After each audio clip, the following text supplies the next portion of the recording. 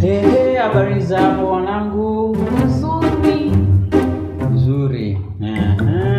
Naona kama vile mna furaha leo. Mbona mpika nini leo? Mama amepika mama.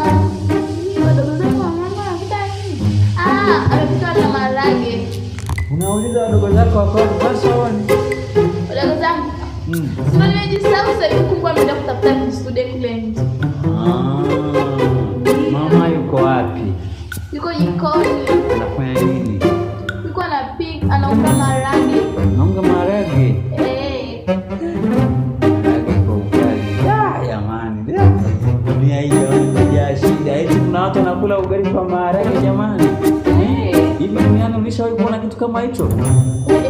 Wewe kama unakula liku, acha siweze kwamba tunakula na maharage. Hapo ndo chakula chetu cha msingi. Hivi maharage yanatokanaga na nini hivi? Maharage yote yanatokana na nini? Yaani maharage mpaka yapatikane kwa maharage mpaka yapite wakati wa kupikwa. Yaani chanzo cha maharage kiwepo ni nini? Kilimo. Wanangu hawajui na kilimo. Hebu wewe mama njoo, hawa watoto wanabidi warudi kijijini kule kwa bibi zao ili waweze kujua maharage, ili yaweze kuitwa maharage na yawepo kwenye jamii yetu. Yanabidi atoke wapi? Alafu unajua nini? Shambani.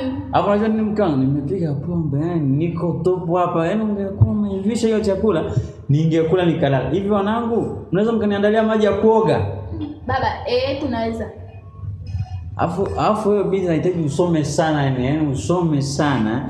Yaani uwe yani kama yani yule anaitwa sijui Alice Kamira, sijui ni wapi kwa nini. Ilikuwa ni rais wa Marekani. Inahitaji uwe kama rais wa Marekani yani. Unataka usome Kamira. Wewe una maana wazazi wako usome kama nani? Ndio kunywa pombe saizi. Afu baba tuheshimiane. Mimi mambo ya masomo sitaki kabisa. Kama na mimi. Mama. Ndio. Mama ameenda wapi? Mama yuko jikoni anapika. Wewe akiwa anapika hawezi kuitika.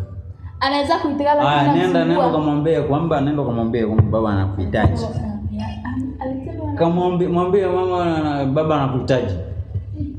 Nenda nyanyuka haraka uende kumwambia baba yako kwamba anamhitaji. Nenda. Kamwambie baba anakuita. Mimi nimekuwa mama siku hizi. Hapo mimi nishaelewa yani sitaki watoto. Sitaki yani watoto. Mama baba anakuita. Sasa una